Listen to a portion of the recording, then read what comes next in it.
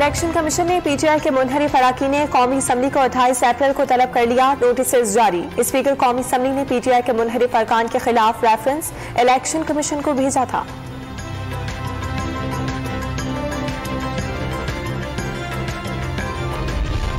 तहरीक इंसाफ का पंजाब असम्बली के 25 मुनहरिफ अरकान के खिलाफ कार्रवाई के लिए इलेक्शन कमीशन को खत आइन के आर्टिकल 63A के तहत 30 रोज में कार्रवाई जरूरी है।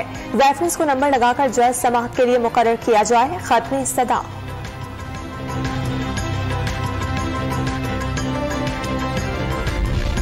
वजीर आजम शहबाज शरीफ की उम्रा अदायगी पर जाने के लिए PIA से तैयारा मांग दिया गया। वजीर आजम सेक्रेटेरिएट की हिदायत पर बोइंग 777 तैयारा स्टैंड बाय कर दिया गया। खबर आई है कि दर्जनों सरकारी हाजन और सरकारी हाजी उम्रा करेंगे।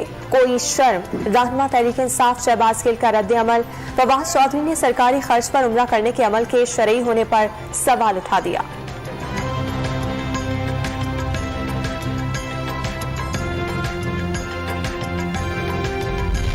कराची से निमरा की गुमशुदगी का मामला पसंद की शादी का निकला। निमरा ने तोसा में शादी कर ली, वीडियो भी मंजर-ए-आम पर आ गई। अदालत में मर्जी से घर छोड़ने का एतराफ। वालिद बड़ी उम्र के आदमी से शादी कराना चाहते थे। पुलिस और वालिद शौहर से जबरदस्ती तलाक दिलवाना चाहते हैं। अदालत में दरखास्त। अदालत ने पुलिस को हिरासा करने से रोक दिया।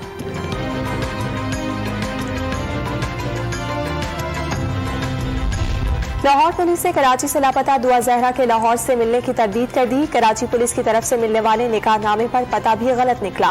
निकाहनामे पर दिया गया पता अब्दुल हफीज नामी शख्स का है।